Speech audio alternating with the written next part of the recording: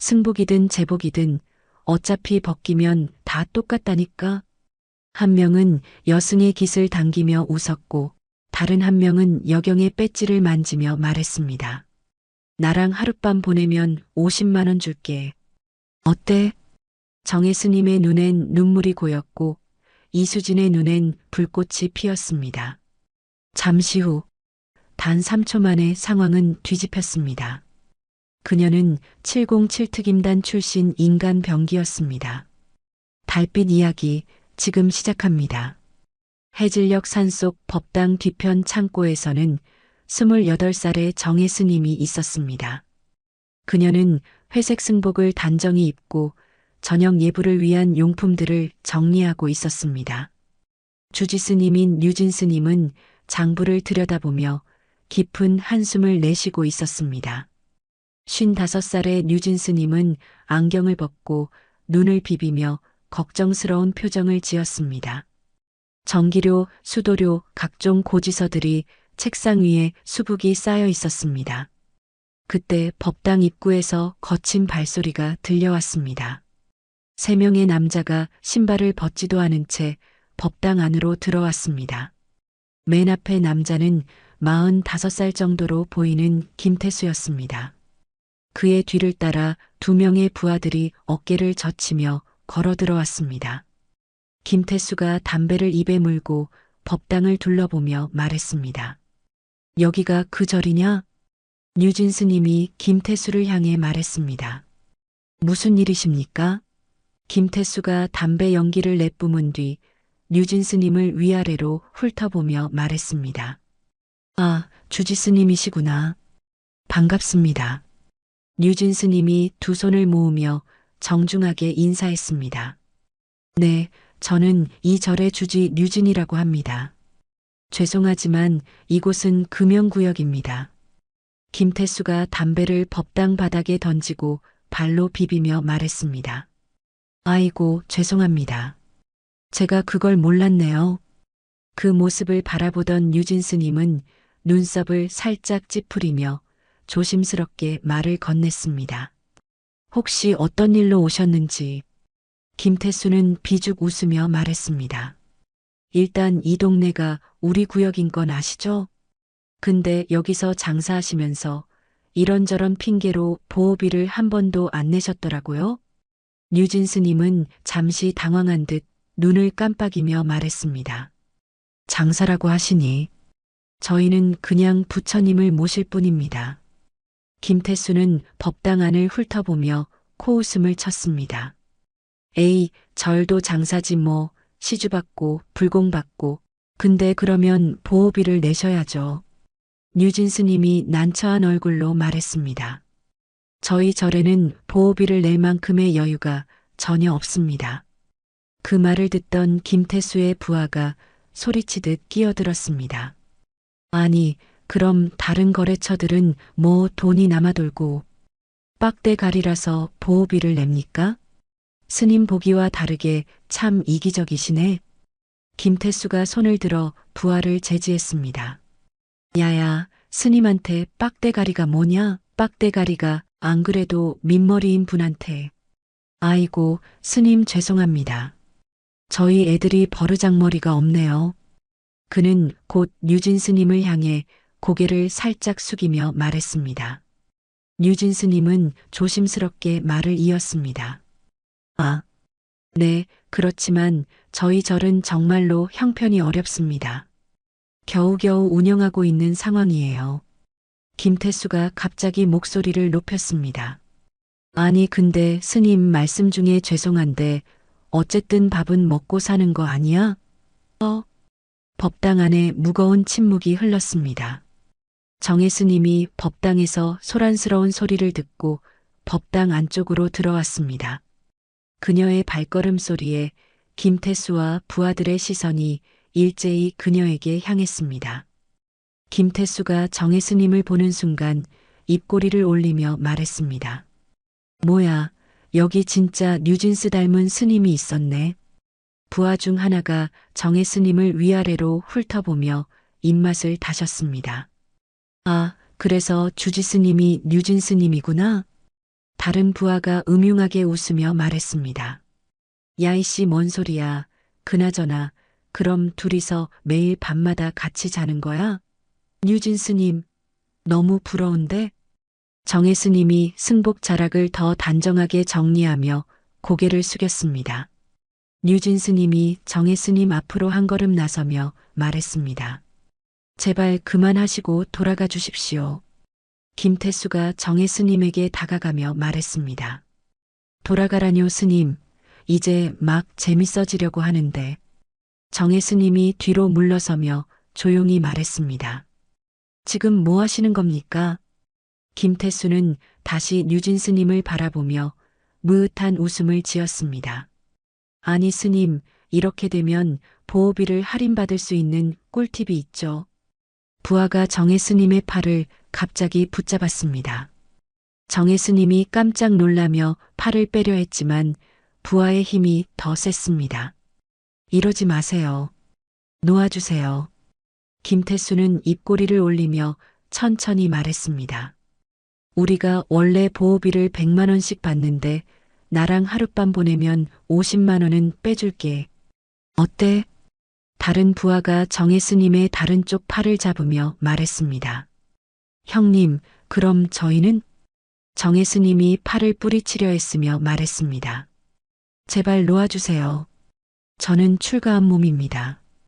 김태수가 정혜 스님의 얼굴에 더 가까이 다가서며 말했습니다. 출가했어도 여자잖아. 밤마다 주지랑만 자면 안 질려? 뉴진 스님이 떨리는 목소리로 외쳤습니다. 정말 그만하십시오. 여기는 신성한 법당입니다. 부하가 뉴진 스님을 밀치며 말했습니다. 아저씨는 빠져. 지 여자 뺏길까봐 이제 와서 센 척하네. 김태수가 정혜 스님의 승복 소매를 만지작거리며 말했습니다. 이 옷도 은근히 섹시하단 말이야. 상상력을 자극해서. 정혜 스님의 얼굴이 창백해졌습니다. 그녀는 두 팔을 잡힌 채로 몸을 비틀며 빠져나오려 했지만 쉽지 않았습니다. 부하가 정혜 스님의 어깨를 만지며 말했습니다. 형님, 그럼 저희 여기서 놀까요? 아니면 좋은 곳으로 자리를 좀 옮길까요? 김태수가 정혜 스님의 턱을 들어올리며 말했습니다. 이쁜 스님, 어디가 좋아? 여기? 아니면 좀 더 아늑한데? 정혜 스님이 고개를 돌리며 간절히 말했습니다. 제발 이러지 마세요. 살려주세요. 뉴진 스님이 두 손을 모으며 애원했습니다. 제발 부탁드립니다. 제가 내일 어떻게든 보호비 드리겠습니다. 그러니 제발. 김태수가 비웃으며 말했습니다. 뭐야, 돈 있었어? 이봐 꼭 이렇게 해야 정신을 차린다니까. 진작 그렇게 하면 되는데.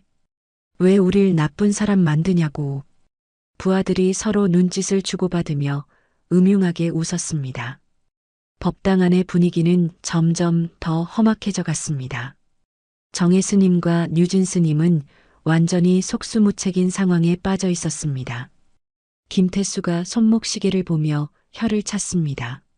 아, 시간이 벌써 이렇게 됐네.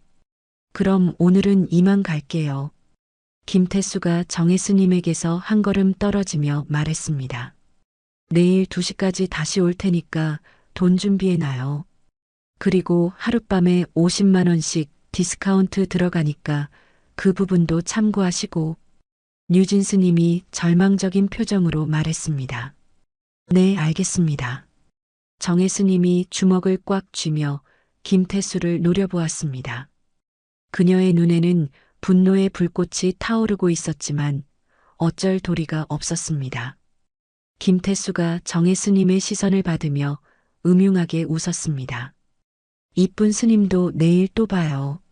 내일까지 충분히 생각할 시간이 있으니까 아까 내가 말한 디스카운트, 그것도 잘 생각해 보시고.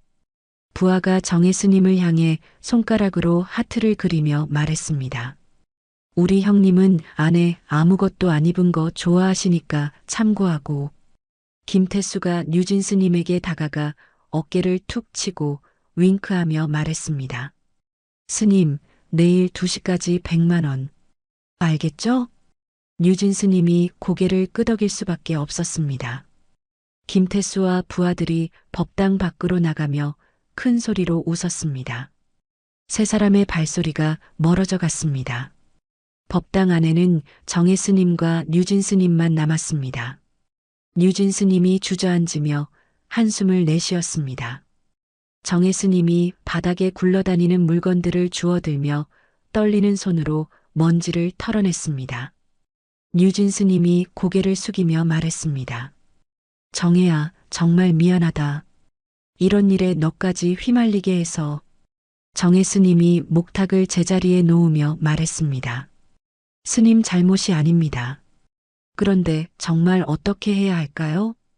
류진 스님이 지갑을 꺼내 확인해 봤지만 몇만 원밖에 들어있지 않았습니다. 100만 원을 하루 만에 구하는 건 불가능해. 정혜 스님이 창밖을 바라보며 말했습니다. 내일 다시 온다고 했는데. 법당 안에는 무거운 침묵만이 흘렀습니다. 두 스님은 막막한 현실 앞에서 어쩔 줄 몰라 했습니다. 다음 날 아침 류진 스님은 밤새 잠을 이루지 못한 채 법당에서 새벽 예불을 드리고 있었습니다. 정혜 스님도 마찬가지로 초췌한 얼굴로 연불을 외우고 있었습니다. 예불이 끝난 후 두 사람은 법당 뒤편 방에서 마주 앉았습니다. 류진 스님이 찻잔을 들며 깊은 한숨을 내쉬었습니다. 밤새 생각해봤는데 정말 방법이 없다. 정혜 스님이 걱정스러운 표정으로 말했습니다. 스님, 정말 경찰에 신고하는 건 어떨까요? 류진 스님이 고개를 저었습니다. 그 사람들 말대로 증거가 없잖아. 그냥 와서 인사했다고 하면 끝이야. 정혜 스님이 어제 일을 떠올리며 말했습니다. 하지만 그렇게 협박하고 성희롱까지 했는데. 류진 스님이 테이블을 손으로 두드리며 말했습니다. 증명할 방법이 없어. 우리 둘만 봤으니까. 정혜 스님이 시계를 보았습니다. 오후 12시였습니다. 그들이 다시 올 때까지 2시간이 남았습니다. 류진 스님이 결심한 듯 일어서며 말했습니다. 그래도 경찰밖에 의지할 곳이 없다. 신고해보자. 정혜 스님이 핸드폰을 꺼내며 말했습니다. 112에 신고할까요? 류진 스님이 고개를 끄덕였습니다. 그래, 뭐 어차피 다른 방법도 없고. 정혜 스님이 112에 전화를 걸었습니다. 여보세요, 경찰서인가요? 저희 절에 조폭들이 와서 협박을. 전화 너머로 담당자의 차분한 목소리가 들려왔습니다. 정혜 스님이 상황을 자세히 설명했습니다. 30분 후 절 입구에서 경찰차 한 대가 나타났습니다. 흰색 경찰차가 법당 앞 마당에 멈췄습니다. 차에서 2명의 경찰관이 내렸습니다. 앞서 나온 사람은 40대 중반의 박철민 팀장이었습니다. 그는 키가 크고 든든한 체격에 경험이 많아 보이는 인상이었습니다. 뒤따라 나온 사람은 20대 후반 정도의 여경 이수진이었습니다. 박철민이 법당을 둘러보며 말했습니다. 여기가 신고 들어온 절이군요. 이수진이 수첩을 꺼내며 고개를 끄덕였습니다. 네, 팀장님. 조폭들이 협박하고 성희롱까지 했다고 하네요. 두 경찰관이 법당 마당으로 걸어 들어왔습니다. 류진 스님과 정혜 스님이 급히 밖으로 나와 맞았습니다. 박철민이 두 손을 모으며 정중하게 인사했습니다. 안녕하세요. 신고를 받고 왔습니다. 상황 설명 좀 해주시겠어요? 류진 스님이 안도의 표정을 지으며 말했습니다. 네, 어서 오십시오. 정말 고맙습니다. 이수진이 주변을 살피며 수첩에 무언가를 적었습니다. 그녀의 눈에 법당 앞에 서 있는 정혜 스님의 모습이 들어왔습니다. 박철민이 진지한 표정으로 말했습니다. 정확히 어떤 일이 있었는지 처음부터 말씀해 주세요. 류진 스님이 어제 있었던 일을 자세히 설명하기 시작했습니다. 이수진은 계속 수첩에 기록하며 들었지만 자꾸 정혜 스님을 힐끗힐끗 쳐다봤습니다. 이수진이 수첩에 기록하던 손을 멈추고 정혜 스님을 자세히 바라보았습니다. 정혜 스님의 얼굴을 보는 순간 이수진의 표정이 굳어졌습니다. 펜을 든 손이 미세하게 떨리기 시작했습니다. 이수진이 조심스럽게 입을 열었습니다. 혹시 박혜정? 정혜 스님이 깜짝 놀라며 이수진을 바라보았습니다. 그녀의 얼굴이 순간 창백해졌습니다. 어떻게? 이수진이 믿을 수 없다는 표정으로 고개를 저었습니다. 정말 혜정이구나. 10년 만이네. 박철민 팀장이 둘 사이의 이상한 분위기를 감지하고 의아해했습니다. 혹시 아시는 사이인가요? 정혜 스님이 고개를 숙이며 작은 목소리로 말했습니다. 학창 시절에 알던 사이입니다. 류진 스님이 상황을 전혀 이해하지 못해 어리둥절한 표정을 지었습니다. 정혜야, 이 경찰분과 아는 사이구나? 이수진이 정혜 스님을 계속 바라보며 말했습니다. 나는 그때 전학을 갔는데 넌 스님이 되었네. 정혜 스님이 승복 자락을 만지작거리며 말했습니다. 5년 전에 출가했어. 박철민이 둘의 대화를 듣고 있다가 말했습니다. 개인적인 얘기는 나중에 하시고 일단 사건부터 처리하죠. 이수진이 정신을 차리고 수첩을 다시 들었습니다. 네, 팀장님. 계속 설명해 주세요. 하지만 이수진의 시선은 자꾸 정혜 스님에게 향했습니다. 정혜 스님도 마찬가지로 이수진을 의식하며 불편해했습니다. 류진 스님이 계속해서 어제 있었던 일을 설명했습니다. 그 사람들이 보호비라며 100만 원을 요구했습니다. 박철민이 고개를 끄덕이며 말했습니다. 공가렵박이네요. 몇 명이나 왔다고 하셨죠? 정혜 스님이 작은 목소리로 대답했습니다. 3명이었습니다. 그리고 이수진이 정혜 스님을 바라보며 말했습니다. 그리고 뭔가요? 정혜 스님이 머뭇거리며 말했습니다. 저에게 부적절한 말과 행동을. 이수진의 눈빛이 순간 차갑게 변했습니다. 어떤 행동이었는지 구체적으로 말씀해 주세요. 박철민도 진지한 표정으로 말했습니다. 성희롱이나 성추행이 있었다면 별도로 수사해야 합니다. 류진 스님이 붕괴하며 어제 일에 대해 자세히 말했습니다. 이수진이 수첩에 빠르게 기록하며 말했습니다. 오늘 다시 온다고 했다면서요? 정혜 스님이 고개를 끄덕였습니다. 2시에 온다고 했습니다. 박철민이 손목시계를 보며 말했습니다. 지금이 1시니까 1시간 남았네요. 저희가 대기하고 있겠습니다. 이수진과 정혜 스님 사이에는 여전히 어색한 공기가 흘렀습니다. 둘 다 과거의 기억을 떠올리며 복잡한 감정에 빠져 있었습니다. 10년 전 달빛 고등학교 3층 복도는 오후 수업이 끝난 후에 소란스러움으로 가득했습니다. 학생들이 교실에서 나와 집으로 돌아가거나 학원으로 향하고 있었습니다. 박혜정은 학교에서 가장 유명한 일진이었습니다. 염색한 갈색 머리를 한쪽으로 넘기고 교복 치마를 짧게 입은 그녀 주변에는 항상 무리가 따라다녔습니다. 혜정의 눈빛은 차갑고 거칠었으며 복도를 지나갈 때마다 다른 학생들이 길을 비켜줬습니다. 이수진은 교실 맨 뒤 구석자리에 앉아 조용히 책을 읽고 있었습니다. 단정한 교복에 깔끔하게 묶은 머리, 그리고 항상 고개를 숙이고 있는 모습이었습니다. 수진은 성적도 우수하고 선생님들에게 인정받는 모범생이었지만 그것이 오히려 혜정의 눈에 거슬렸습니다. 어느 날 점심시간 혜정이 수진의 자리로 다가왔습니다. 야, 이수진. 수진이 책에서 고개를 들며 조심스럽게 대답했습니다. 응? 혜정이 수진의 책상에 손을 짚고 내려다보며 말했습니다. 너 요즘 공부만 하냐? 재미없지 않아? 수진이 당황하며 말했습니다. 그냥. 혜정의 무리들이 수진의 자리를 에워쌌습니다. 혜정이 비웃으며 말했습니다.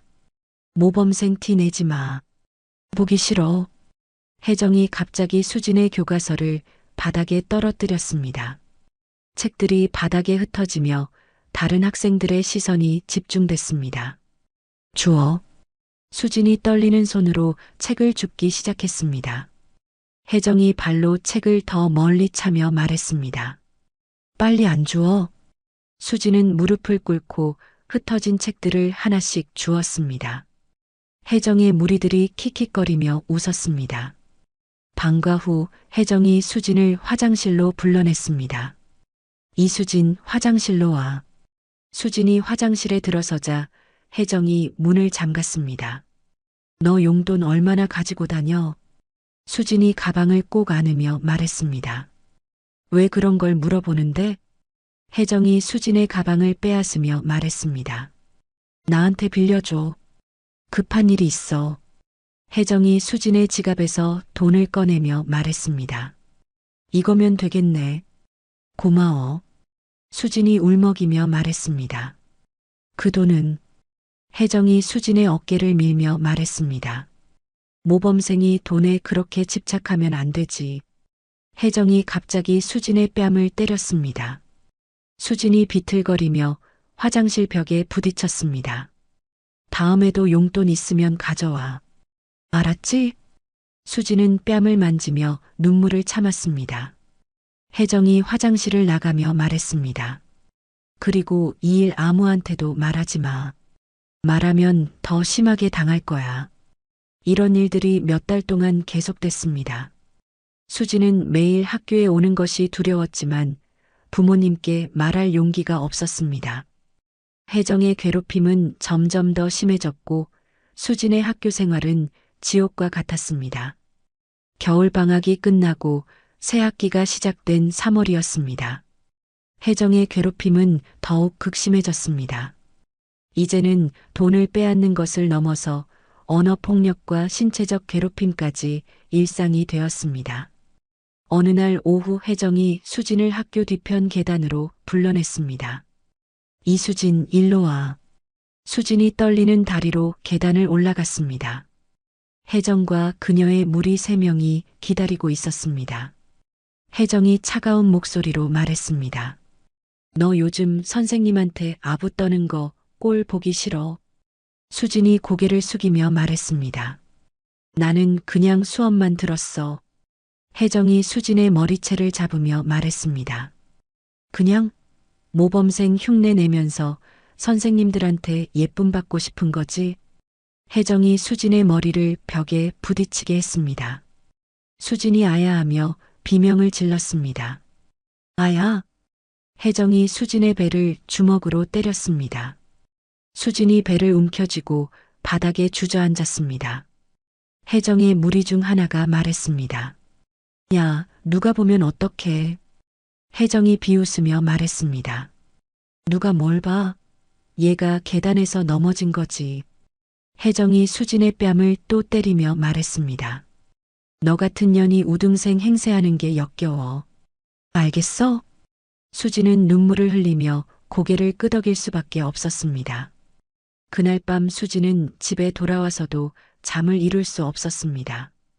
온몸이 아팠고 마음은 더욱 아팠습니다. 수진은 창문을 열고 밖을 내다보았습니다. 아파트 12층에서 내려다본 아래가 아찔했습니다. 수진의 머릿속에 어두운 생각이 스쳤습니다. 이렇게 뛰어내리면 모든 게 끝날까? 수진이 창틀에 손을 올리며 중얼거렸습니다. 매일 이렇게 괴롭힘 당하며 사는 것보다. 그때 어머니가 방문을 두드렸습니다. 수진아, 자니? 수진이 급히 창문을 닫고 침대로 뛰어갔습니다.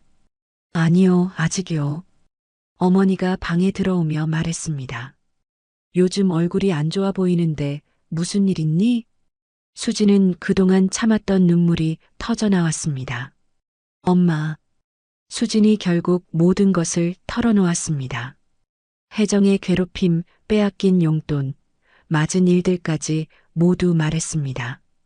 어머니가 수진을 끌어안으며 말했습니다. 왜 진작 말하지 않았니?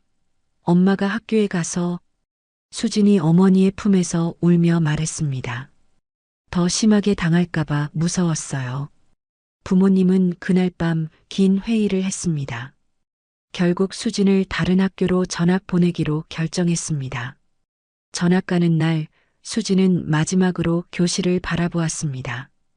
혜정은 수진을 보며 비웃는 표정을 지었습니다. 수진은 그날부터 다짐했습니다. 나중에 커서 약한 사람들을 보호하는 사람이 되자. 혜정이 같은 사람들로부터 누군가를 지켜주자. 그것이 수진이 경찰이 되고자 한 첫 번째 이유였습니다. 법당 마당에서 이수진은 과거의 기억에서 벗어나 현재로 돌아왔습니다.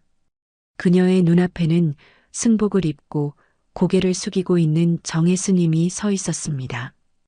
이수진의 가슴 속에서는 복잡한 감정들이 뒤섞이고 있었습니다. 정혜 스님도 이수진의 시선을 느끼며 불편해했습니다. 과거에 자신이 저질렀던 일들이 선명하게 떠올랐습니다. 이수진은 여전히 정혜 스님을 직접 바라보지 않았습니다. 과거의 상처가 아직도 마음 한편에 남아 있었지만 동시에 그녀가 스님이 된 것을 보며 복잡한 감정을 느꼈습니다. 정혜 스님도 마찬가지로 이수진에게 진심으로 사과하고 싶었지만 어떻게 말을 꺼내야 할지 몰랐습니다. 법당 마당에는 어색한 침묵이 흘렀습니다. 그때 갑자기 법당 밖에서 거친 목소리가 들려왔습니다. 야, 어제 그 이쁜 스님은 어디 갔어? 김태수의 부하 2명이 약속 시간에 맞춰 법당으로 먼저 들어왔습니다. 첫 번째 부하가 큰 소리로 말했습니다. 스님들, 돈 준비됐나요? 두 번째 부하가 법당을 둘러보며 말했습니다. 뭐야, 경찰이 와 있네. 박철민과 이수진이 자리에서 일어났습니다. 박철민이 경찰 신분증을 보이며 말했습니다. 경찰입니다. 신고를 받고 왔어요. 첫 번째 부하가 당황하지 않고 말했습니다. 신고? 뭔 신고요? 우리 그냥 스님들이랑 차 한잔 마시러 온 건데. 두 번째 부하가 이수진을 위아래로 훑어보며 음흉하게 웃었습니다. 아이고, 수고가 많으십니다. 이수진의 표정이 차갑게 변했습니다. 첫 번째 부하가 정혜 스님을 보며 말했습니다. 안녕하세요, 스님. 어젯밤에 잠은 잘 주무셨죠? 두 번째 부하가 이수진에게 다가서며 말했습니다. 근데 운동을 많이 하셨나 옷이 너무 타이트하네. 아, 다른 이유 때문인가? 그가 이수진의 어깨에 손을 대려는 순간 이수진이 번개같이 움직였습니다. 이수진이 그의 팔을 붙잡고 뒤로 비틀면서 바닥에 맺혔습니다. 아, 첫 번째 부하가 당황하며 말했습니다. 아, 뭐 하는 거야? 이수진이 바닥에 쓰러진 부하를 보며 차갑게 말했습니다. 성추행 현행범으로 체포합니다. 박철민이 첫 번째 부하에게 다가서며 말했습니다. 당신도 가만히 있으세요. 그때 차에서 전화 통화를 마친 김태수가 뒤늦게 법당으로 들어왔습니다. 김태수가 바닥에 쓰러진 부하를 보고 큰 소리로 말했습니다. 뭐야? 어떤 새끼들이 감히. 김태수가 박철민을 보는 순간 얼굴이 하얗게 질렸습니다. 박 형사님? 박철민도 김태수를 보고 깜짝 놀랐습니다. 김태수? 너 여기서 뭘 하고 있는 거야? 김태수가 당황하며 말했습니다. 그게 형사님이 어떻게 여기에. 이수진이 바닥에 쓰러진 부하를 일으켜 세웠습니다. 부하가 팔을 움켜쥐고 신음했습니다. 아이고, 팔이. 김태수가 박철민을 보며 어색하게 말했습니다. 형사님, 뭔가 오해가 있는 것 같은데요. 박철민이 차가운 눈빛으로 김태수를 바라보며 말했습니다. 오해? 이게 오해야? 첫 번째 부하가 김태수에게 말했습니다. 형님, 이 여경이 갑자기 먼저 저희를 때렸습니다. 이수진이 단호하게 말했습니다. 니들이 먼저 성추행하려고 했잖아. 김태수가 상황을 파악하려고 애쓰며 말했습니다. 형사님, 잠깐만 얘기 좀 할 수 있을까요? 박철민이 고개를 저으며 말했습니다. 지금은 사건 처리 중이야. 얘기할 거 없어. 정혜 스님과 류진 스님이 이 모든 상황을 지켜보며 긴장하고 있었습니다. 법당 안의 분위기는 점점 더 험악해져 갔습니다. 갑자기 김태수가 바닥에 쓰러진 부하를 보며 오버하는 듯한 말투로 화를 냈습니다. 야, 이 자식들아. 내가 뭐라고 했어? 친절하게 모시라고 했잖아. 두 번째 부하는 팔을 부여잡은 채 당황한 얼굴로 말했습니다. 죄송합니다, 형님. 김태수는 옆에 서 있던 박철민의 눈치를 슬쩍 살피며 쓰러진 부하를 발끝으로 툭 차며 말했습니다. 일단 일어나. 그리고 얼른 사과드려. 부하 둘은 동시에 허리를 숙이며 외쳤습니다. 죄송합니다. 박철민이 김태수를 노려보며 말했습니다. 김태수, 내가 여기서 뭘 하고 있는 거냐고 물어봤잖아. 김태수가 머리를 극적이며 말했습니다. 그게. 형사님, 제가 설명드릴게요. 박철민이 차가운 목소리로 말했습니다. 설명? 절에서 돈 뜯는 걸 어떻게 설명할 거야? 김태수가 당황하며 말했습니다. 돈 뜯는 게 아니라 그냥 인사차 온 건데요. 이수진이 수갑을 꺼내며 말했습니다. 인사차? 스님들한테 보호비 100만 원 달라고 한 게 인사예요? 김태수가 박철민을 보며 절망적인 표정을 지었습니다. 형사님, 진짜 오해입니다. 박철민이 고개를 저으며 말했습니다. 5년 만에 이런 식으로 다시 만나게 되네. 류진 스님이 상황을 이해하려고 애쓰며 말했습니다. 두 분이 아시는 사이인가요? 이수진이 궁금해하며 박철민을 바라봤습니다. 팀장님, 이 사람을 아세요? 박철민이 한숨을 내쉬며 말했습니다. 예전에 알던 사람이야. 그런데 이제 이런 일까지 하고 다니다니. 김태수가 박철민에게 다가서며 말했습니다. 형사님, 잠깐만 둘이서 얘기할 수 있을까요? 제가 설명드릴 게 있어요. 이수진이 바닥에 있던 부하를 완전히 일으켜 세우며 말했습니다. 일단 이 사람들 연행해야겠어요. 부하가 팔을 만지며 신음했습니다. 아이고, 팔이 부러진 것 같아요. 김태수가 박철민을 바라보며 간절히 말했습니다. 형사님, 정말 5분만 시간을 주세요. 제발이요. 박철민이 잠깐 생각한 후 말했습니다. 좋아. 하지만 이 사람들은 일단 조사받아야 해. 법당 안에는 복잡하고 미묘한 긴장감이 흘렀습니다. 과거의 인연들이 예상치 못한 방식으로 다시 만나게 된 상황이었습니다. 5년 전 부산 중구에 위치한 강력계 수사과 사무실은 야근으로 불이 켜져 있었습니다. 박철민은 당시 강력계 형사로 각종 폭력 조직 사건을 담당하고 있었습니다. 그의 책상 위에는 조직폭력배 관련 서류들이 수북이 쌓여 있었습니다.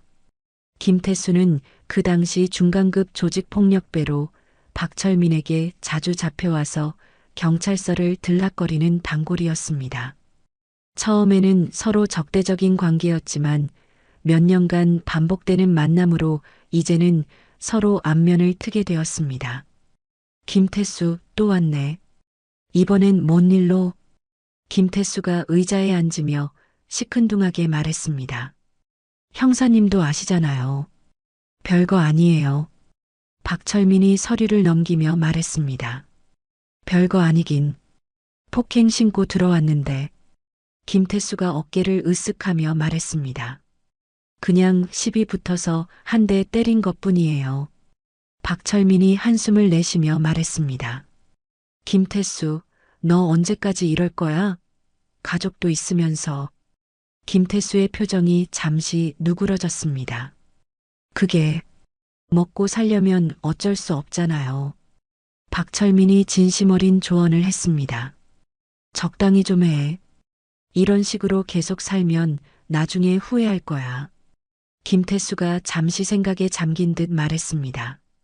형사님, 저도 알고 있어요.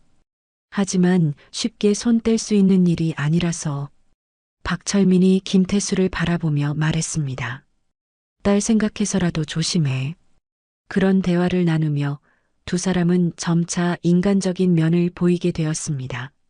몇 달 후 어느 겨울밤 김태수의 조직에서 큰 계파 갈등이 일어났습니다. 보스 자리를 두고 두 파벌로 나뉘어 치열한 암투를 벌이고 있었습니다. 김태수는 한쪽 편을 들었다가 상황이 불리해지자 위험에 빠졌습니다. 상대편에서는 김태수를 제거하기 위해 교묘한 계략을 꾸몄습니다. 가짜 정보로 김태수를 부산에서 멀리 떨어진 울산으로 보낸 것이었습니다. 김태수가 울산에 도착했을 때 급한 전화가 걸려왔습니다. 태수 형님, 큰일 났어요. 상대편에서 형님 집으로 사람들을 보냈어요. 김태수의 얼굴이 하얗게 질렸습니다. 뭐, 우리 집으로?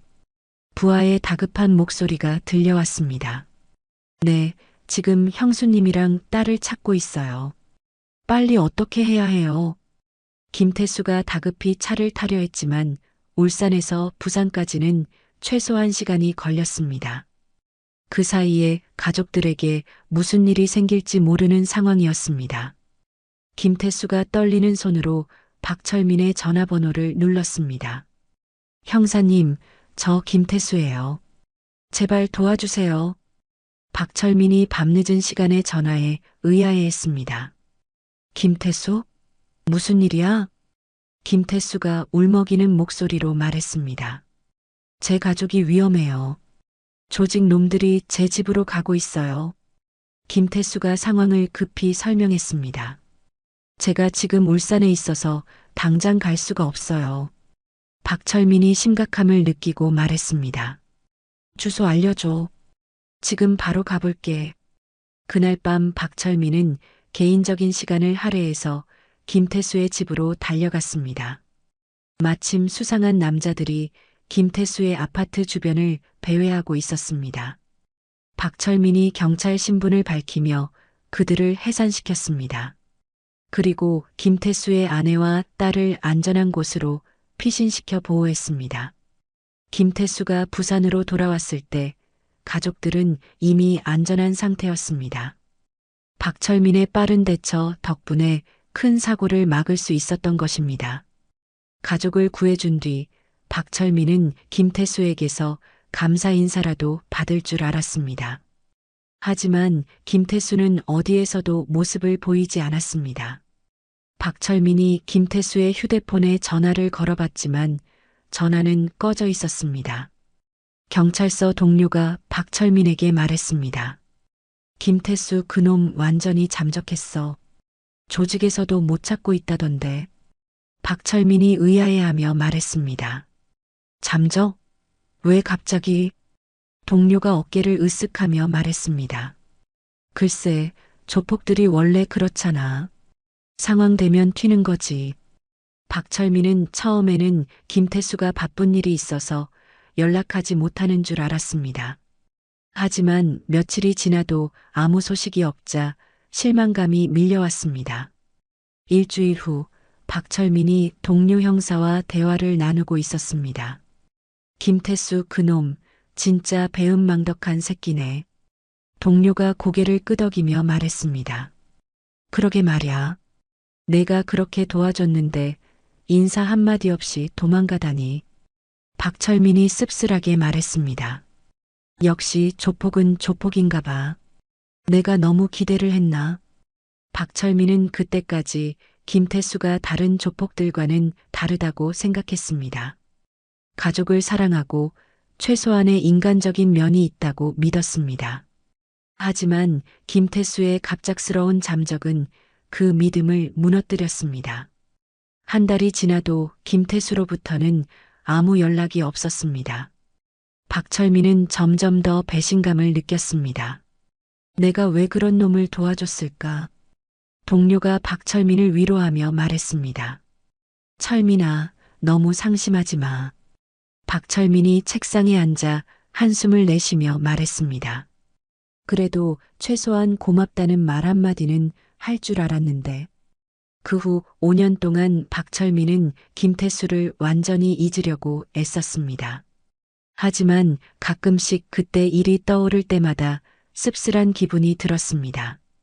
역시 조폭은 조폭이야. 내가 너무 순진했어. 박철민은 그 일 이후로 조폭들을 대할 때 더욱 냉정해졌습니다.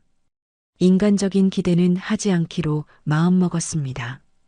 김태수에 대한 실망감은 박철민의 마음 깊은 곳에 상처로 남아 있었습니다.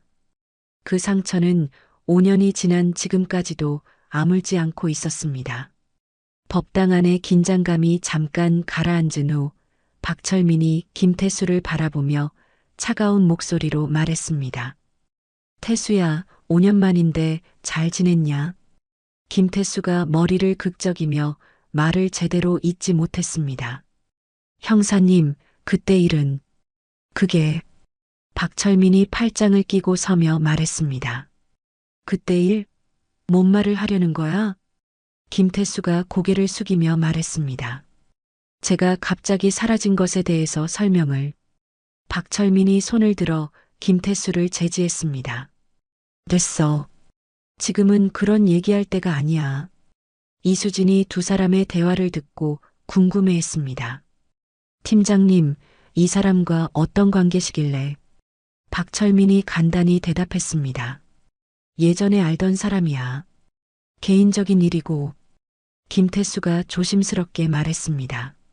네, 형사님은 제게 큰 도움을 주신 분입니다. 박철민이 비웃으며 말했습니다. 도움? 그래서 인사도 없이 사라진 거야? 김태수의 얼굴이 붉어졌습니다. 그건 제가 설명드릴게요. 이수진이 두 사람 사이의 미묘한 분위기를 느끼며 말했습니다. 일단 조서부터 받고 개인적인 얘기는 나중에 하시죠. 정혜스님이 조용히 앉아서 상황을 지켜보고 있었습니다. 그녀는 이수진과 자신 사이의 과거처럼 박철민과 김태수 사이에도 복잡한 사연이 있다는 것을 직감했습니다. 김태수가 박철민에게 다가서려 했지만 박철민이 한 걸음 뒤로 물러섰습니다. 거리 유지해. 지금 넌 용의자야. 김태수가 상처받은 표정을 지으며 말했습니다. 형사님, 저를 그렇게 보시는 건가요? 박철민이 냉정하게 말했습니다. 당연하지.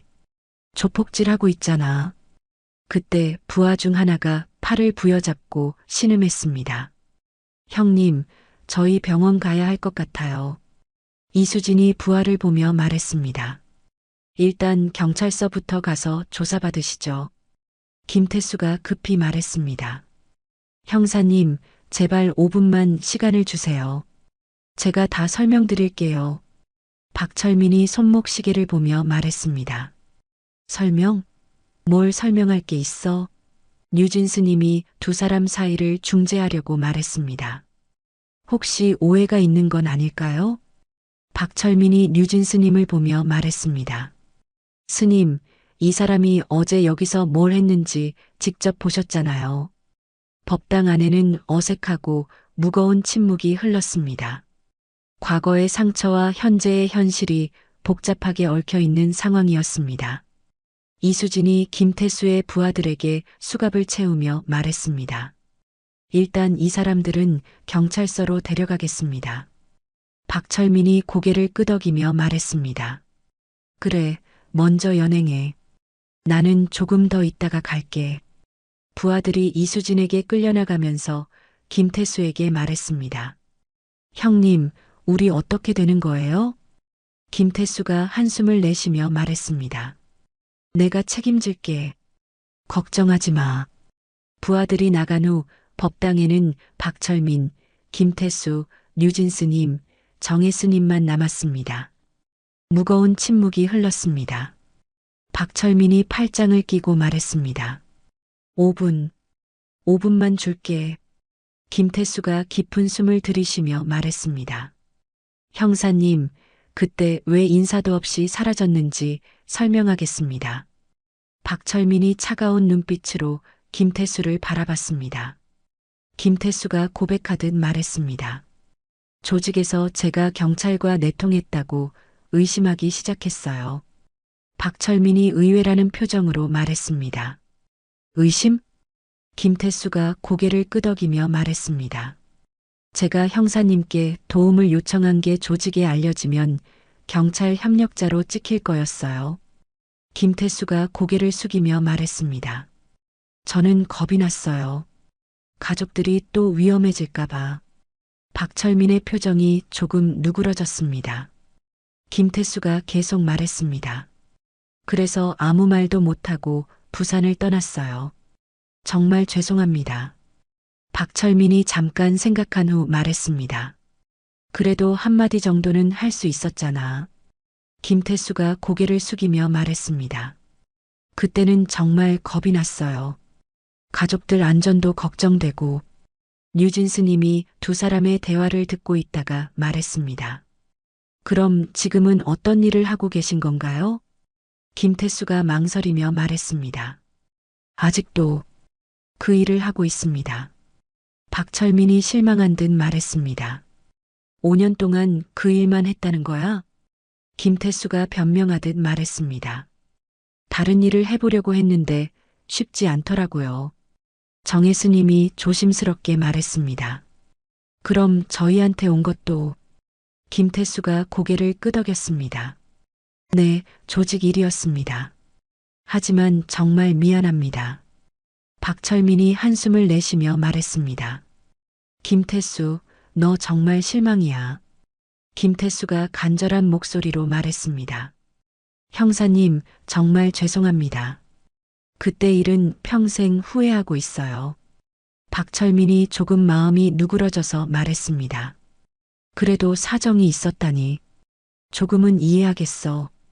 김태수가 안도의 표정을 지으며 말했습니다. 정말 감사합니다. 형사님은 여전히 제 은인이세요. 박철민이 서운함을 표현하며 말했습니다. 그래도 5년 동안 연락 한 번 없었잖아. 그건 좀 서운했어. 김태수가 고개를 깊이 숙였습니다. 법당 안에 조금씩 화해의 분위기가 형성되기 시작했습니다. 김태수와 박철민의 대화가 어느 정도 정리된 후 법당 안에는 잠시 조용한 시간이 흘렸습니다. 정혜스님이 류진스님 옆에 앉으며 무거운 표정을 지었습니다. 스님, 제가 고백할 일이 있습니다. 류진스님이 정혜스님의 진지한 표정을 보며 관심을 기울였습니다. 무슨 일이니, 정혜야? 정혜스님이 떨리는 목소리로 말했습니다. 아까 말씀드린 것처럼 이수진 경사, 저와 학창시절에 알던 사이입니다. 박철민과 김태수도 정혜스님의 말에 귀를 기울였습니다. 정혜스님이 고개를 숙이며 계속 말했습니다. 저는 출가하기 전에 정말 나쁜 사람이었어요. 류진스님이 놀란 표정으로 말했습니다. 나쁜 사람이라니 무슨 말이니? 정혜스님이 눈물을 글썽이며 고백했습니다. 저는 고등학교 때 일진이었어요. 수진이를 정말 많이 괴롭혔습니다. 류진스님의 얼굴이 충격으로 가득해졌습니다. 정혜야, 그런 과거가. 정혜스님이 떨리는 목소리로 계속 말했습니다. 수진이한테 돈을 빼앗고 때리고 괴롭혔어요. 결국 수진이는 전학을 갔습니다. 박철민이 심각한 표정으로 듣고 있었습니다. 정혜스님이 눈물을 흘리며 말했습니다. 그리고 나서 어떤 계기로 제 과거를 후회하게 되었고 그렇게 출가를 결심했어요. 5년 동안 매일 참회하며 살고 있습니다. 류진스님이 정혜스님의 어깨에 손을 올리며 말했습니다. 정혜야, 그런 깊은 사연이 있었구나. 김태수가 이 모든 상황을 지켜보며 말했습니다. 스님도 과거에 그런 일이. 류진스님이 정혜스님을 바라보며 말했습니다. 정혜야, 내가 진심으로 뉘우치고 있다는 걸 내가 제일 잘 알아. 정혜스님이 류진스님을 바라보며 말했습니다. 하지만 제가 한 일은 변하지 않아요. 어떻게 사과해야 할지도 모르겠어요. 뉴진 스님이 따뜻하게 말했습니다.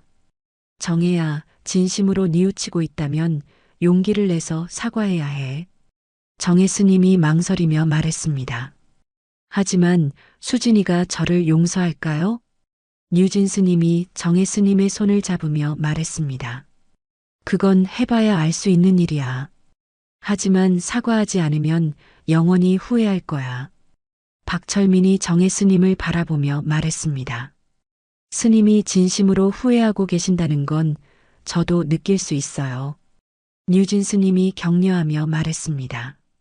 5년 동안 정말 열심히 수행했잖아. 그 마음을 전하면 돼.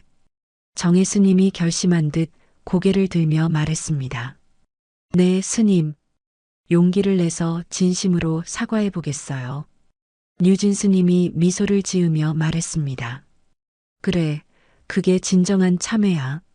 김태수가 감동하며 말했습니다. 저도 정말 배우게 되네요. 용서와 참회에 대해서 정혜 스님이 다시 한번 다짐하며 말했습니다. 수진이가 돌아오면 꼭 진심을 전하겠습니다. 정혜 스님의 참회가 끝난 후 법당 안에는 잠시 숙연한 분위기가 흘렸습니다. 김태수가 이 모든 상황을 지켜보며 깊은 생각에 빠졌습니다. 김태수가 갑자기 박철민을 바라보며 말했습니다. 형사님, 저도 이제 조직에서 나오고 싶어요. 박철민이 놀란 표정으로 말했습니다. 갑자기 왜 그런 생각을? 김태수가 정혜 스님을 보며 말했습니다. 형님을 다시 보니 면목도 없고 스님이 과거를 뉘우치고 새 삶을 사는 걸 보니 저도 그래야겠다는 생각이 들어서요. 뉴진 스님이 김태수의 말에 관심을 보이며 말했습니다. 정말 그런 마음이시라면 다행이네요. 김태수가 고개를 끄덕이며 말했습니다. 오늘 일로 깨달았어요. 이렇게 살면 안 되겠다고.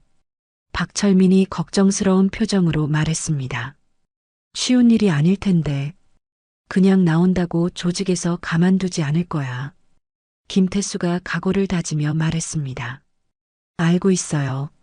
하지만 더 이상 이런 식으로 살고 싶지 않아요. 박철민이 잠깐 생각한 후 말했습니다. 조폭이 손을 떼는 건 정말 어려운 일이야. 김태수가 진지한 표정으로 말했습니다. 어려워도 해야죠. 가족들을 위해서라도. 뉴진 스님이 궁금해하며 말했습니다. 가족이 있으신가요? 김태수가 고개를 끄덕이며 말했습니다. 아내와 딸이 있어요. 딸이 이제 고등학생이 되었거든요. 박철민이 이해한다는 듯 말했습니다. 아, 그러면 더욱 그런 생각이 들만하네. 김태수가 주먹을 쥐며 말했습니다. 딸이 아빠 직업을 부끄러워해요. 친구들한테 아빠 직업을 말하지 못하거든요. 박철민이 김태수의 어깨에 손을 올리며 물었습니다. 근데 구체적인 계획이라도 있어? 김태수가 박철민에게 가까이 다가가며 작은 목소리로 말했습니다. 형사님, 다음 주 목요일에 저희 조직 간부회의가 있어요. 박철민이 김태수의 말에 집중하며 고개를 끄덕였습니다. 김태수가 계속해서 설명했습니다. 그 자리에서 제가 탈퇴 선언을 하겠습니다. 박철민이 놀란 표정으로 물었습니다. 그럼 분명히 난리가 날 텐데? 김태수가 각오한 표정으로 대답했습니다. 네, 분명 칼부림이 날 거예요. 그때 형사님이 나타나셔서 정리해 주시면 될 것 같습니다. 박철민이 김태수의 위험한 제안에 당황했습니다. 박철민이 걱정스럽게 말했습니다. 너무 위험해. 자칫하면 내가 크게 다칠 수도 있어. 김태수가 박철민의 손을 잡으며 간절히 말했습니다. 괜찮아요. 이게 제가 깨끗하게 손 뗄 수 있는 유일한 방법이에요. 뉴진 스님이 두 사람의 대화를 듣고 끼어들었습니다. 그럼 당신도 조직 생활한 죄로 감옥에 가야 하는 거 아닌가요? 김태수가 뉴진 스님을 바라보며 담담하게 대답했습니다. 맞아요. 손을 떼려면 죗값을 치러야죠. 김태수가 주먹을 쥐며 각오를 밝혔습니다. 감옥에 가더라도 깨끗하게 정리하고 싶어요. 박철민이 김태수의 진심을 느끼고 고민에 빠졌습니다. 박철민이 신중하게 물었습니다. 정말 확실한 거지? 마지막으로 한 번 더 생각해봐. 김태수가 단호하게 대답했습니다. 네, 더 이상 망설이고 싶지 않아요. 정혜 스님이 김태수의 결심을 듣고 감동받은 표정을 지었습니다. 정혜 스님이 김태수에게 말했습니다.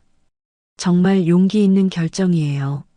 류진 스님도 고개를 끄덕이며 김태수를 격려했습니다. 새로운 삶을 시작하려는 마음이 훌륭합니다. 박철민이 마지막으로 김태수에게 확인했습니다. 정말 후회하지 않겠어? 김태수가 마지막으로 다짐하며 말했습니다. 이번 기회에 완전히 끝내겠어요. 박철민이 김태수의 손을 잡으며 말했습니다. 고생할 거야. 하지만 새로운 시작을 위해서 필요한 일이야. 법당 안에는 위험하지만 희망적인 계획에 대한 긴장감이 흘렀습니다. 김태수와 박철민의 계획이 어느 정도 정해진 후 이수진이 경찰서에서 돌아왔습니다. 그녀는 법당 안으로 들어서며 말했습니다. 부하들 조서 다 받았습니다. 박철민이 고개를 끄덕이며 말했습니다. 수고했어. 상황은 좀 정리됐어. 이수진이 김태수를 보며 말했습니다. 이 사람은 어떻게 할 건가요? 박철민이 김태수를 바라보며 말했습니다. 일단 조서는 받아야겠지만 상황을 고려해서 처리하겠어. 김태수가 고개를 숙이며 말했습니다. 제가 저지른 일에 대해서는 책임지겠습니다. 박철민이 이수진에게 말했습니다. 자세한 건 내일 경찰서에서 얘기하자. 그때 정혜 스님이 조심스럽게 이수진에게 다가갔습니다. 수진아, 잠깐 얘기할 수 있을까? 이수진이 정혜 스님을 바라보며 복잡한 표정을 지었습니다. 무슨 얘기를 하고 싶은데? 정혜 스님이 진심을 담아 말했습니다. 정말 미안해. 학창 시절에 너한테 한 일들 정말 후회하고 있어. 이수진이 정혜 스님의 진심 어린 표정을 보며 말했습니다. 혜정아. 정혜 스님이 간절하게 말했습니다. 5년 동안 매일 너한테 한 일을 후회하며 살았어. 그리고 너뿐만 아니라. 정혜 스님이 잠시 말을 멈추고 깊은 숨을 들이쉬었습니다. 정혜 스님이 떨리는 목소리로 계속 말했습니다. 수진아, 너 전학 간 후에도 나는 변하지 않았어. 다른 아이를 또 괴롭혔어. 이수진이 놀란 표정으로 말했습니다. 다른 아이를? 정혜 스님이 고개를 끄덕이며 말했습니다. 정선미라는 아이였어. 너만큼 심하게 괴롭혔지. 정혜 스님이 눈물을 글썽이며 계속 말했습니다. 고등학교 졸업하고 나서는 그런 일들을 완전히 잊고 지냈어. 그러다가 내가 인스타그램이나 유튜브로 인기를 얻기 시작했거든. 이수진이 놀란 표정으로 말했습니다. 인플루언서였다고? 정혜 스님이 고개를 끄덕이며 말했습니다. 응, 팔로워도 꽤 많았고 광고도 많이 들어왔어. 그때는 정말 세상을 다 가진 기분이었지. 정혜 스님이 잠시 멈춘 후 더욱 어려운 표정으로 말했습니다. 5년 전 한창 인기가 올라가던 때에 선미의 언니가 나를 찾아왔어. 이수진이 궁금해하며 말했습니다. 선미 언니가? 정혜 스님이 고통스러운 표정으로 말했습니다. 언니가 와서 갑자기 우리 선미 알지? 라고 물어보더라고. 정혜 스님이 잠시 숨을 고르며 말했습니다. 처음에는 누군지도 기억 안 났어. 그러다가 언니가 내가 고등학교 때 괴롭혔던 그 아이라고 하니까 그제야 기억이 났지. 정혜 스님이 더욱 고통스러운 표정으로 말했습니다. 그런데 언니가 말하길 선미가 스스로 생을 마감했다고 했어. 법당 안에 충격적인 침묵이 흘렸습니다. 정혜 스님이 눈물을 흘리며 계속 말했습니다. 선미 언니가 유품을 정리하다가 선미의 일기장을 발견했대. 그 일기장에 나에 대한 이야기가 가득했어. 이수진이 숨을 죽이고 들었습니다. 정혜스님이 눈물을 닦으며 말했습니다. 그때 정말 큰 충격을 받았어. 내가 한 일들이 누군가에게는 그렇게 큰 상처가 될 수 있다는 걸 처음 깨달았거든. 정혜스님이 이수진을 바라보며 말했습니다. 그날 이후로 모든 게 의미 없어졌어. 정혜스님이 계속해서 말했습니다. 그리고 너랑 다른 애들한테 한 일들도 다시 생각하게 됐어. 너도 얼마나 힘들었을까, 얼마나 무서웠을까. 이수진의 눈에도 눈물이 맺혔습니다. 정혜스님이 진심으로 말했습니다. 그래서 모든 걸 정리하고 출가를 결심했어. SNS 계정도 다 삭제하고 광고 계약도 다 파기했지. 내가 저질렀던 죄를 참회하면서 살고 싶었거든. 이수진이 잠시 생각한 후 말했습니다. 정말 후회하고 있다는 건 알겠어, 혜정아. 정혜스님이 놀란 표정으로 말했습니다. 그럼 이수진이 깊은 숨을 내쉬며 말했습니다. 나도 그때 일로 경찰이 되었으니까 어떻게 보면 인생의 전환점이었어. 류진 스님이 감동하며 말했습니다. 정말 아름다운 마음이시네요. 이수진이 계속 말했습니다. 약한 사람들을 보호하고 싶어서 경찰이 되었거든. 너 같은 사람들로부터 누군가를 지키고 싶었어. 정혜스님이 눈물을 글썽이며 말했습니다. 그런 훌륭한 사람이 된 걸 보니 정말 다행이야. 그리고 미안해. 진심이야. 이수진이 정혜스님에게 손을 내밀었습니다. 과거는 과거야. 우리 모두 그 일들로 인해 더 나은 사람이 되었잖아. 정혜스님이 이수진의 손을 잡으며 말했습니다. 정말 고마워. 이렇게 용서해줘서. 두 사람이 서로 손을 잡고 과거를 정리하는 모습을 보며 류진 스님이 감동했습니다. 부처님께서 모든 인연을 다시 맺어주셨나 보네요. 박철민도 이 모습을 보며 말했습니다. 정말 감동적인 화해네요. 김태수가 이 모든 상황을 지켜보며 말했습니다. 저도 정말 많이 배웠어요. 진정한 참회와 용서가 무엇인지. 이수진이 정혜 스님을 바라보며 말했습니다. 스님이 되어서 정말 많이 변한 것 같아. 정혜 스님이 깊이 고개를 숙였습니다. 법당 안에는 용서와 화해, 그리고 진정한 참회의 따뜻한 분위기가 가득했습니다. 모든 이들이 과거의 상처를 치유하고 새로운 시작을 다짐하고 있었습니다. 일주일 후 금요일 저녁, 시내 고급 호텔 2층 연회장에서는 조직 정기 간부 회의가 열렸습니다.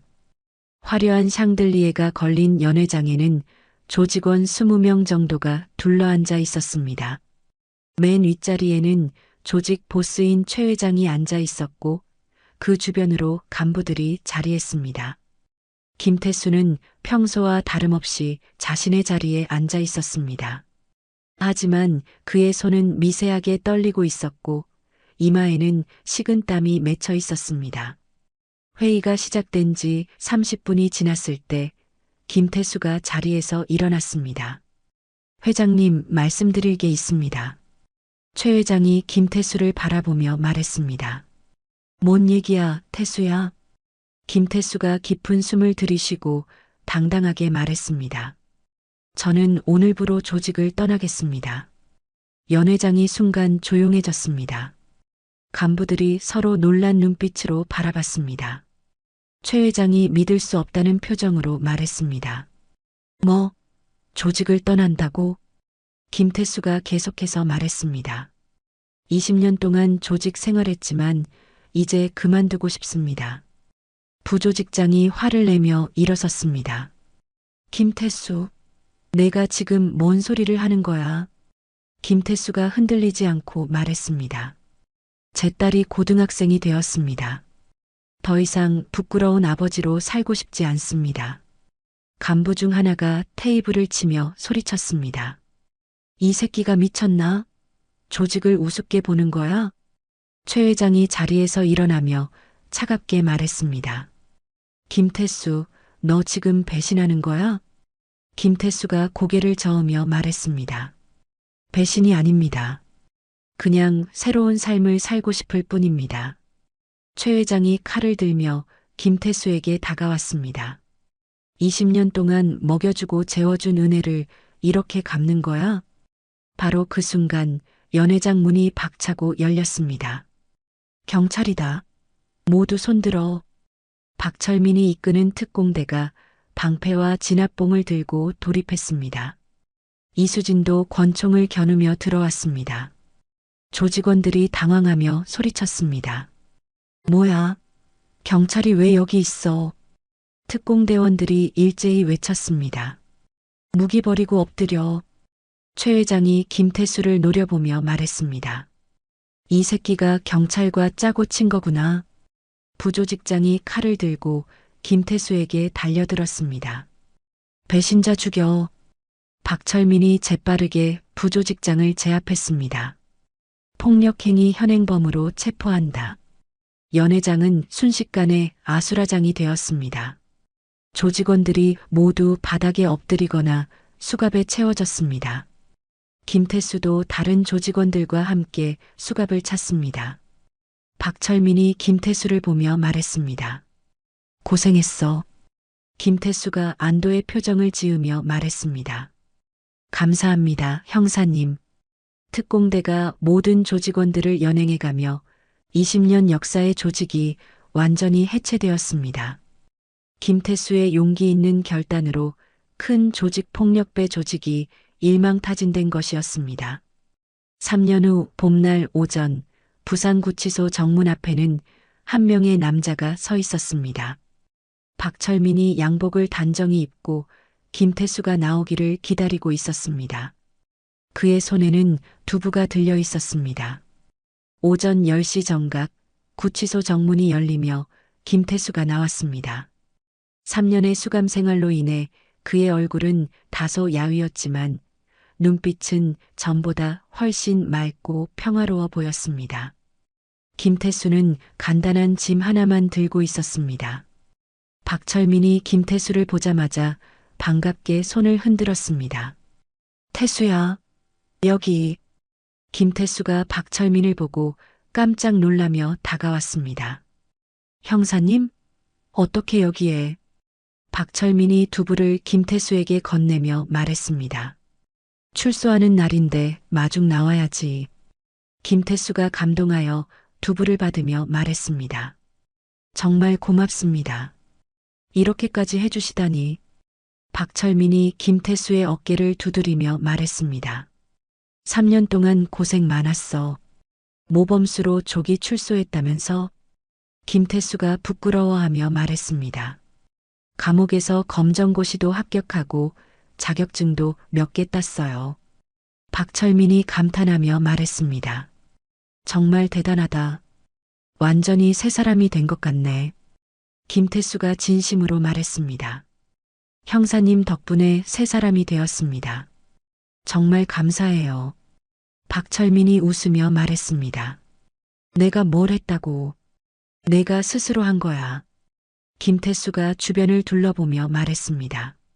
3년 만에 보는 바깥 세상이 이렇게 좋을 줄 몰랐어요. 박철민이 김태수에게 물었습니다. 앞으로 뭘 할 계획이야? 김태수가 밝은 표정으로 말했습니다. 작은 식당을 차리려고 해요. 감옥에서 요리도 배웠거든요. 박철민이 기뻐하며 말했습니다. 좋은 생각이야. 정직하게 일하면서 살면 돼. 김태수가 고개를 끄덕이며 말했습니다. 이제 딸한테도 당당한 아버지가 될 수 있을 것 같아요. 박철민이 궁금해하며 물었습니다. 딸은 어떻게 지냈어? 김태수가 자랑스럽게 말했습니다. 대학생이 되었어요. 경영학과에 다니고 있습니다. 박철민이 기뻐하며 말했습니다. 정말 잘 됐네. 가족들도 많이 기다렸을 거야. 김태수가 감사한 마음을 표현하며 말했습니다. 형사님이 아니었다면 이런 새 출발은 불가능했을 거예요. 박철민이 겸손하게 말했습니다. 과찬이야, 내가 용기 있는 결단을 했기 때문이야. 김태수가 박철민을 바라보며 말했습니다. 그럼 이제 어디로 갈까요? 박철민이 미소를 지으며 말했습니다. 일단 절에 가서 스님들께 인사부터 드리자. 김태수가 놀라며 말했습니다. 스님들이 아직도 절에 계세요? 박철민이 고개를 끄덕이며 말했습니다. 그럼 내가 나오기를 기다리고 있어. 두 사람이 함께 걸으며 법당으로 향했습니다. 김태수의 얼굴에는 새로운 시작에 대한 희망이 가득했습니다. 진정한 자유와 새 삶을 향한 첫걸음이었습니다. 박철민과 김태수가 법당에 도착했을 때 마당에는 작은 환영 현수막이 걸려 있었습니다. 김태수님 출소를 축하합니다라고 적힌 현수막이 바람에 살랑거리고 있었습니다. 법당 안에서는 류진 스님과 정혜 스님이 차를 우리며 기다리고 있었습니다. 이수진도 경찰복을 입고 자리에 앉아 있었습니다. 그녀의 어깨에는 경위 계급장이 빛나고 있었습니다. 김태수가 법당에 들어서자 모든 사람들이 일어나 박수를 쳤습니다. 류진 스님이 반갑게 말했습니다. 태수님, 정말 고생 많으셨습니다. 김태수가 깊이 고개를 숙이며 말했습니다. 스님들, 그때 일은 정말 죄송했습니다. 정혜 스님이 따뜻하게 말했습니다. 이제 모든 게 과거 일이에요. 새로운 시작을 축하해요. 이수진이 김태수에게 다가가며 말했습니다. 축하드려요. 정말 용기 있는 선택이었어요. 김태수가 이수진의 계급장을 보며 말했습니다. 경위님이 되셨군요. 축하드립니다. 이수진이 미소를 지으며 말했습니다. 덕분에 더 많은 사람들을 보호할 수 있게 되었어요. 박철민이 자리에 앉으며 말했습니다. 다들 모여서 참 좋네요. 류진 스님이 차를 따르며 말했습니다. 태수님은 앞으로 어떤 일을 하실 예정인가요? 김태수가 밝게 말했습니다. 작은 식당을 차릴 예정입니다. 달빛 식당이라고 이름 지으려고요. 정혜 스님이 박수를 치며 말했습니다. 정말 좋은 이름이에요. 김태수가 계속 말했습니다. 감옥에서 요리를 배웠는데 생각보다 재미있더라고요. 박철민이 기뻐하며 말했습니다. 나중에 꼭 가볼게. 첫 손님으로. 이수진이 웃으며 말했습니다. 저도 갈게요. 정말 기대돼요. 류진 스님이 감동하며 말했습니다. 모든 분들이 각자의 자리에서 새로운 삶을 살고 계시니 정말 보기 좋습니다. 정혜 스님이 고개를 끄덕이며 말했습니다. 저도 더욱 정진해서 많은 사람들에게 도움이 되는 스님이 되고 싶어요. 김태수가 모든 사람들을 바라보며 말했습니다. 여러분 덕분에 제가 새 사람이 될 수 있었습니다. 박철민이 차를 마시며 말했습니다. 우리 모두 과거를 털고 새로 시작한 거야. 이수진이 정혜 스님을 보며 말했습니다. 정혜 스님과도 이렇게 좋은 관계가 될 줄 몰랐어요. 정혜 스님이 고마워하며 말했습니다. 수진이가 용서해줘서 정말 감사해요. 류진 스님이 모든 사람을 바라보며 말했습니다. 부처님께서 모든 인연을 다시 맺어주셨나 봅니다. 김태수가 차를 마시며 말했습니다. 앞으로 정직하게 살면서 사회에 도움이 되는 사람이 되겠습니다. 박철민이 김태수의 어깨를 두드리며 말했습니다. 믿어 의심치 않아. 이수진이 모든 사람들을 보며 말했습니다. 앞으로도 서로 도우며 살아요. 정혜 스님이 두 손을 모으며 말했습니다. 모든 분들이 행복하시길 기원합니다. 법당 안에는 따뜻한 웃음소리가 가득했습니다.